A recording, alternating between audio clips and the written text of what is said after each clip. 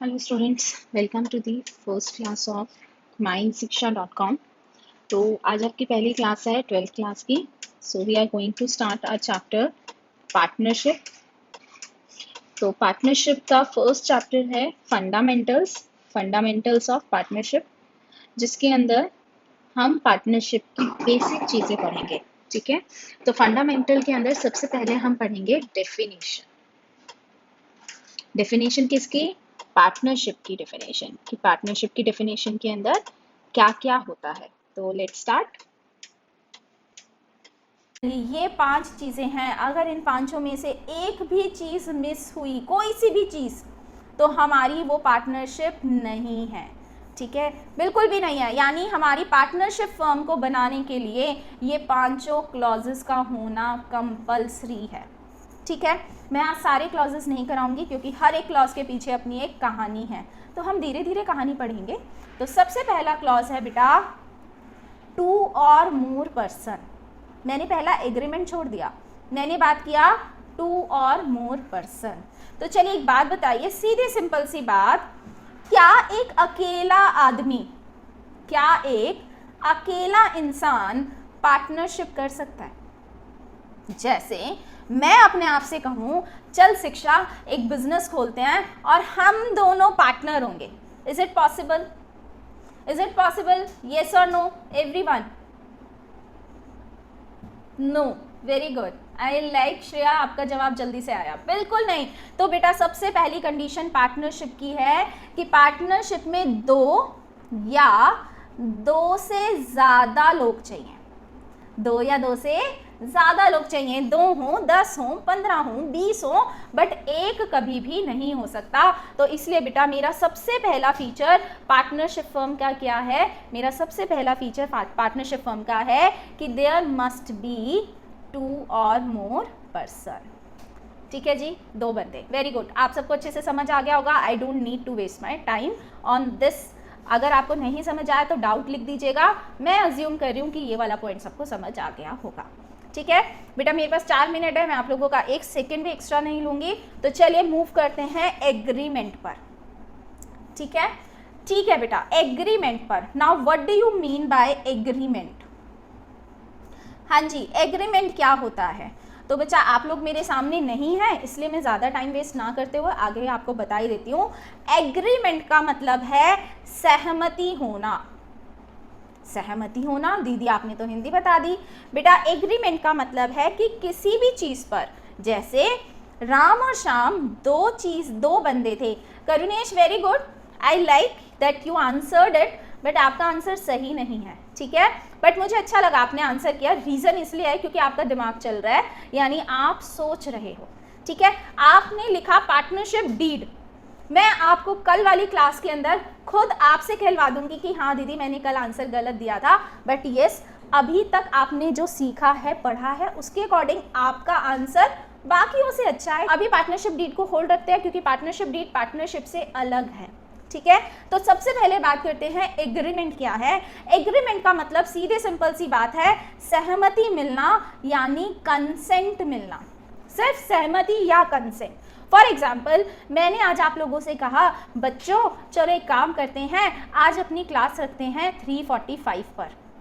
आप सब ने मुझे बोला यस दीदी हम सब अपनी क्लास में आ जाएंगे, वो क्या शार्प 3:45 पर. तो बेटा मैंने आपसे बोला, ठीक है, मैंने आपसे बोला कि मेरी क्लास है, आप आ जाओगे. तो आप सब ने क्या किया? उसको एग्री किया. ठीक है, आप सब ने एग्री किया. तो बेटा हम सब के बीच में एग्रीमेंट हो गया. क्योंकि आप सब ने मेरे प्रपोजल को कंसेंट दे दिया. बेटा ये कंसेंट वर्ड याद रखना, क्योंकि आपको सहमति तो लिख नहीं सकते ना, इंग्लिश में पेपर है. आप कंसेंट वर्ड को याद रखना कि जब भी किसी बात पर कंसेंट मिल जाता है तो क्या हो जाता है बेटा? एग्रीमेंट हो जाता है. ठीक है, अब एक बात आती है, क्या दीदी बिना एग्रीमेंट के बिजनेस स्टार्ट नहीं हो सकता? तो बेटा बिल्कुल नहीं स्टार्ट हो सकता. कैसे? तो चलिए बात करते हैं.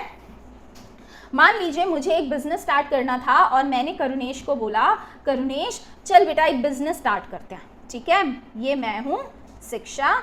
मैंने करुणेश को बोला कि करुणेश बेटा चल एक बिजनेस स्टार्ट करते हैं.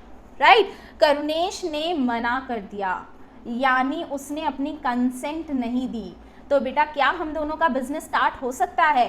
कभी भी नहीं हो सकता। तो क्यों नहीं हो सकता? क्योंकि हम दोनों के बीच में एग्रीमेंट नहीं है। एग्रीमेंट का मतलब कंसेंट नहीं है, ठीक है। अब क्वेश्चन आता है, मैं अभी आपसे पूछ नहीं रही कि आपको समझ आया या नहीं आया, मैं सिर्फ अपनी बात को क्लोज कर रही हूँ यहाँ पर। क्या ये एग्रीमेंट राइटिंग में होना ज़रूरी है या फिर ऑरल भी चल जाएगा? तो बच्चा कहाँ लिखा है, मेरी डेफिनेशन पर आ जाइए, कहाँ लिखा है कि एग्रीमेंट राइटिंग में होना चाहिए? तो बेटा कंसेंट तो ऑरली भी मिल सकती है, हाँ या ना? कंसेंट तो ऑरली भी मिल सकती है, या राइटिंग में होना कंपलसरी है? तो बेटा बिल्कुल कंपलसरी नहीं है। अगर मैं और करुणेश एक दूसरे के साथ ऑरली कहते हैं कि चलो यार बिजनेस करते हैं, हम दोनों का एग्रीमेंट हो गया। आई बात समझ आप लोगों को? तो एग्रीमेंट का मतलब है किसी एक चीज़ पर सहमति होना। मैं आपको इसका एक एग्जाम्पल और लेकर आपकी क्लास क्लोज करूंगी। फॉर एग्जाम्पल मैंने कहा दिस इज, एक मिनट, मैंने कहा this is a green colour. मैंने कहा this is a green colour, तो यहाँ पर खड़ा था करुणेश, तो करुणेश ने कहा हाँ दीदी ये ग्रीन कलर है। तो क्या करुणेश और मेरा कंसेंट हो गया? बिल्कुल हो गया। क्या हम दोनों के बीच में एग्रीमेंट हो गया? तो हाँ बेटा हम लोगों के बीच में एग्रीमेंट हो गया, क्योंकि करुणेश ने मेरी बात को हाँ कर लिया, ठीक है। और दूसरी बात बेटा जो मैंने अभी आपको क्लियर किया है, क्या ये राइटिंग में होना ज़रूरी है? तो बेटा ये बिल्कुल ज़रूरी नहीं है कि आप राइटिंग के अंदर ही इसको लिखें, बट हाँ प्रेफरेबल है कि राइटिंग के अंदर हो, क्योंकि सबूत मिल जाता है, एविडेंस हो जाता है। ऑरली कौन रिकॉर्ड करता है, ठीक है। तो बेटा आपका जो पार्टनरशिप है, पढ़ लीजिए अब दोबारा, आपकी जो पार्टनरशिप है उसका